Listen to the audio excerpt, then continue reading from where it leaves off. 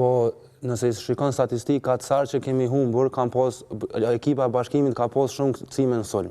Edhe kam pas shumë pikë të shënuara nga tranzicioni dhe nga topat e humbur tonë. Dhe sa herë kemi fitu, e konë gjithmonë e kundërta. Ne kemi pas ma shumë pikë në ato aspekte.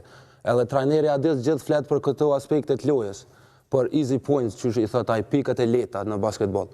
Dhe kjo ishte dallimi gjatë fitores dhe gjatë humbjes. Okej, cila ka qenë, po më intereson, cila ka qenë ndeshja ma e vështirë për ty? Për mu? Po, në këtë seri finale po flasë. Në është ta loja e parë, do me thonë, nuk e di, gjithë këna hi me një loj jo energjie, në loj, u konë një farë energjie, nuk u konë... Në shta fakti edhe që si stërvitje u të kesh, pa ti fazë. Po, në është edhe ajo, u konë fokusi nuk u konë sa dohet maksimum për një loj finale që u konë shumë e rëndësishme, sidomos ne kemi dash gjithëqysh me fitu një loj në Prizren për mu shpall kampion, edhe ajo u konë loja që u dash me fitu, masi nuk ka pas tifaz dhe u konë si teren neutral në një aspekt.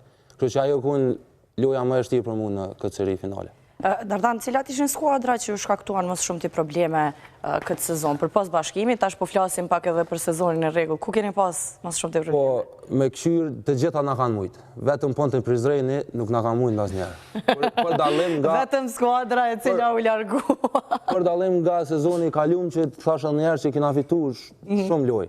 Kështu që ma shumë të problem, qëto, top 4 që thamë, Bashkimi, Prishtina... Edhe Bora, valla, këgja shumë ju ka shkaktu probleme si vjetë. Mendoj që nuk e di atë ndeshjet me Borën, bëj me thonë kretjen konë dramatike. E vërtet. Kemi shoqër basketbol dopt nga njerë, por...